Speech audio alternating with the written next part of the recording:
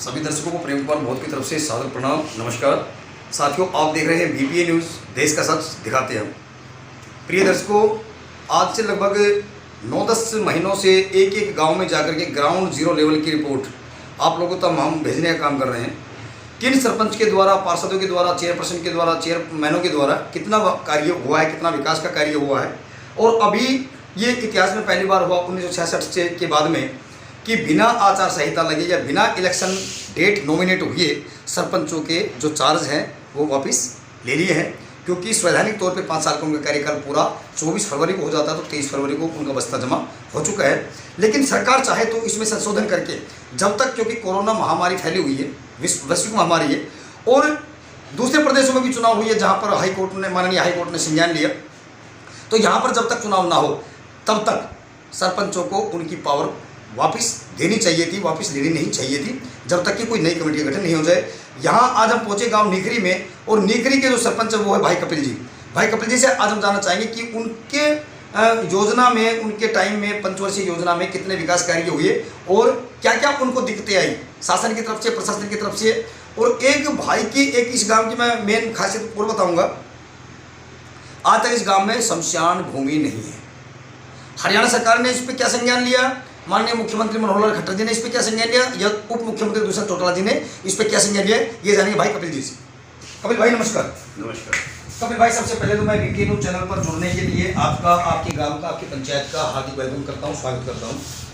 तो सर ये बताइए कि कैसी योजना रही आपकी? सबसे पहले तो हमारे गांव का संज्ञान लेने के लिए, यहाँ पधारने के लिए आपका मैं धन्यवाद करता हूँ। Thank you.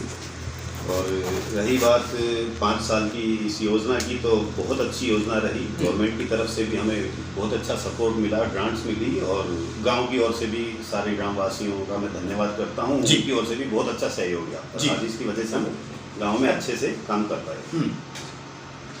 तो अभी एक सरपंच साहब, मैं आपसे जानना चाहूँगा कि लगभग 27-28 साल की एज आपकी भी हो गई है। पहली बार हरियाणा के इतिहास में ये हुआ है कि बिना आचार संहिता लगे या बिना इलेक्शन की डेट नॉमिनेट हुए पंचायती राज की, और आपका चार्ज है वो वापस ले लिया। तो गांव में किस प्रकार की दिक्कतें आ रही है आपको? देखो, इसमें दोहरा सा काम हो गया है जी। जब सरपंच की जरूरत होती है तो हमें सरपंच मान लिया जाता है जी। जब हमारे ऊपर जिम्मेवारी डाली जाती है और हम उस जिम्मेवारी को पूरा करने के लिए गांव में या डिपार्टमेंट में कहीं जाते हैं, उस समय हमें सरपंच नहीं माना जाता है। जैसे सिंपल सी बात है, हमें कोई ऊपर से प्रशासन की ओर से कोई ऑर्डर आ गया, अभी गांव में ये चीज़ करवानी है, या डीजे बज रहा है, या कोई व्यक्ति गुजर गया है, वहाँ लोग बैठ रहे हैं, तो वहाँ जाके उनको समझाना है, मना करना है। उस टाइम जब हम उस काम के लिए वहाँ जाते हैं तो हर व्यक्ति बोलता है कि आप तो अभी सरपंच हो ही नहीं, आप क्यों ये जिम्मेवारी आप क्यों निभा रहे हो, किस लिए हमें आके उठा रहे हो, किस लिए हमारा डीजे बंद करवा रहे हो, किस हक से करवा रहे हो। वहीं जब दो लोगों के बीच में कोई फसाद हो जाता है तो एक पक्ष जब हमें बुलाता है तो वो पक्ष तो हमें सरपंच समझता है, और जो पक्ष गलत होता है उस पक्ष को जब हम समझाने की कोशिश करते हैं तो वो कहता है आप सरपंच हो ही नहीं, आपको जबरदस्ती बीच में पड़ रहे हो। तो एक दोहरा सा व्यवहार हो रहा है कि पता नहीं हम सरपंच हैं या नहीं हैं। अच्छा, एक सरपंच साहब, अभी मैं ये कहूँगा कि इस 2-3 साल में कुछ ज़्यादा ही देश के ऊपर, मैं तो इसको एक संकट ही कहूँगा, इसको एक प्राकृतिक आपदा भी मैं कहूँगा। 3-4 महीनों से एक पूरे देश में किसानों का आंदोलन चल रहा है। आप भी एक सरपंच होने से पहले या एक बिजनेसमैन होने से पहले किसान है, किसान के पुत्र हैं। तो भारत सरकार क्या नहीं चाह सकती कि भाई कोई बीच का रास्ता निकाल करके किसानों को मान सम्मान दिया जाए? वो देश के अन्नदाता है, राष्ट्र की धरोहर है, और राष्ट्र उन पे डिपेंड है। देखो जी, सिर्फ किसान आंदोलन नहीं, आज से पहले जितने भी आंदोलन हुए, जहाँ तक हमें नॉलेज है, हर बारे में तो हमें नॉलेज नहीं है, लेकिन जितने भी आंदोलन हुए उनको खत्म करने के लिए या मुद्दे को खत्म करने के लिए बीच का रास्ता तो निकाला जाता है। और हमारी तो इस सरकार से भी यही उम्मीद है कि कोई उनके साथ बैठ के बीच का रास्ता निकाला जाए, जो उनको भी संतोषजनक स्थिति में पहुंचाया जाए। और कुछ भी अगर ये कानून सही भी हैं बिल्कुल। या गलत भी हैं, तो उनको अच्छी तरह खोल के उनके सामने रख के समझा के, और एक बीच का रास्ता कि भी उनको भी नुकसान ना हो, सरकार जो करना चाह रही है वो भी हो। बिल्कुल बिल्कुल। अच्छा, एक सरपंच साहब, ये वो तो मैं अब यही कहना चाहूँगा कि हो सकता है ये चुनाव आयोग का भय है, हरियाणा सरकार बाई इलेक्शन नॉमिनेट नहीं कर सकती, क्योंकि चुनाव आयोग को भी लताड़ा है माननीय हाईकोर्ट ने, चाहे वो मद्रास हाईकोर्ट है या इलाहाबाद हाईकोर्ट है, क्योंकि कोरोना काल महामारी में चुनाव बिल्कुल भी नहीं होने चाहिए थे कहीं भी, और वो चुनाव आयोग ने भी एक मतलब माननीय अदालत का आदेश को उल्लंघना करते हुए पश्चिम बंगाल में इलेक्शन करवाया, स्टूडेंट ऑर्गेनाइजेशन का इलेक्शन करवाया है बनारस के अंदर, यूपी में पंचायत राज का चुनाव करवाया, पंजाब में निकाय का चुनाव करवाया, तो जो कि सरासर गलत था। मानव मात्र की भलाई से ज्यादा चुनाव नहीं है, यदि इंसान ही नहीं रहेगा तो चुनाव किसमें कराना है। तो अभी तक तो ये मतलब डेट कब डिक्लेयर होगी कब नहीं होगी हरियाणा में कुछ नहीं कह सकता, तो तब तक हरियाणा सरकार को क्या मैसेज देना चाहिए कि सरपंचों को पावर वापस देनी चाहिए नहीं देनी चाहिए?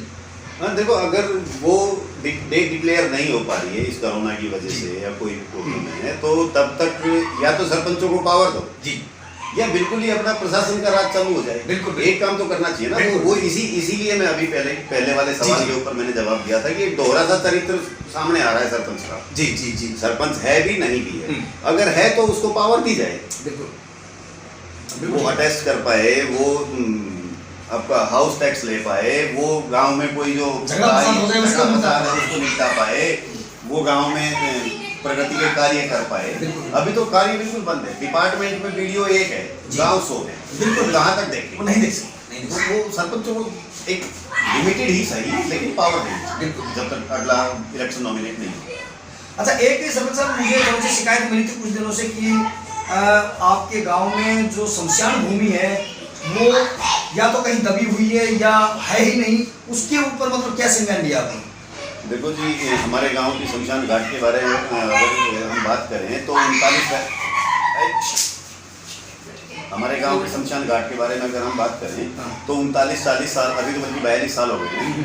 42 साल पहले जब साबी नदी के ऊपर ये बांध बना था, उसके अंदर 1600 एकड़ का ही गाँव के एक्वायर हुए, तो उस टाइम शमशान घाट और मंदिर की भूमि एक्वायर नहीं होनी चाहिए थी, पर हमें 42 साल पहले का रिकॉर्ड नहीं पता वो किस वजह से एक्वायर की गई, लेकिन वो एक्वायर हो गई, जिसका पैसा गांव ने अभी जो उसका मुआवजा आया था वो पंचायत ने या गांव ने नहीं उठाया है, वो भी अभी तक ट्रेजरी में ही जमा है। जी जी जी, लेकिन गांव को कोई सोल्यूशन भी नहीं मिला उसका। शुरू में उस टाइम कहते हैं कि कर्नल महासिंह हुआ करते थे, तो कर्नल महासिंह ने कहा था कि उस शमशान घाट की बजाय हम दूसरी गांव के इधर कुछ हिस्सा है बांध का, वो हम आपको दे देंगे, लेकिन वो भी सिर्फ वर्बली रहा, पेपर में वो भी नहीं हो पाया और गांव को उसके बदले में या वो जमीन नहीं मिली। अभी उसको लेके मैं सरपंच बनने के कुछ दिन बाद में सीएम साहब से मिला था, खट्टर साहब से, तो उनसे बात हुई तो उन्होंने कहा कि देखो इसमें हम कुछ नहीं कर सकते हैं। अच्छा, ये खट्टर साहब की स्टेटमेंट? हाँ, हमने ये भी कहा कि 1600 एकड़ जमीन इरिगेशन डिपार्टमेंट की पड़ी है, उनसे अगर हमें एक छोटा सा टुकड़ा दिलवा दिया जाए तो आधा एकड़ का भी अगर टुकड़ा मिल जाता है तो हमें शमशान भूमि हम उसमें बना सकते हैं। तो उन्होंने कहा गांव की जो दूसरी जमीन है उसको आप कन्वर्ट करवा लो, तो हमारे गांव में कोई जमीन भी नहीं है, सारी जमीन बांध में एक्वायर हो चुकी है, तो वो भी नहीं कर सकते हैं। तो फिर उन्होंने सलाह दी कि आप एक काम करो, गाँव में पर्ची काट लो लोगों की, और जो पैसा इकट्ठा होता है उससे आप खरीदो। तो अब यहाँ का 1 करोड़ 2.5 लाख रुपए सर्कल रेट है, कहाँ से कितनी पर्ची कटेगी, कहाँ से इतना पैसे इकट्ठा कर पाएंगे, गांव में जमींदार लोग हैं सारे। नहीं तो सर, इसमें फिर सरकार की क्या अहम भूमिका रही? जब डोनेशन काट कर ही जब हमने जमीन परचेज कर ली है, तो क्या तो मुख्यमंत्री से पूछना है, क्या इसमें गृह सचिव से पूछना, वो तो हम अपने ग्राम में कर ही सकते हैं, वो तो हमने करना ही। तो देखिए, यहाँ अब हरियाणा सरकार और पूरा प्रशासन भी मुझे सुन रहा है, मैं प्रेम कुमार बहुत बीपीए ब्यूरो प्रमुख हरियाणा, मैं रिक्वेस्ट करता हूँ हरियाणा सरकार से, माननीय दुष्यंत चौटाला जी से, कि आप भी इस संज्ञान ले इस गांव के ऊपर, नेखरी गांव के ऊपर, और इनको कम से कम एक 8 कनाल या 8 मरला एक शमशान भूमि की जो एक जगह होती है, जो एक अंतिम शव यात्रा जो निकाली जाती है, उसके लिए कम से कम एक जगह मुहैया अवश्य कराए। अच्छा सर, मेरा एक अंतिम सवाल है सरपंच साहब आपसे। 4-5 साल से हमारे दक्षिण हरियाणा में एक आवाज़ उठाई है और वो काफ़ी बुलंदियों पर भी पहुंची है। अब उसका क्या कारण रहा, वो आंदोलन सफल नहीं हो पा रहा है, या क्या रीज़न रहा उसका? क्योंकि यदि जब मैं भी आर्मी परिवार से रिलेटेड रिलेशन रखता हूँ, पूरा टोटली वेल से रिलेटेड हूँ, तो जब फौजियों की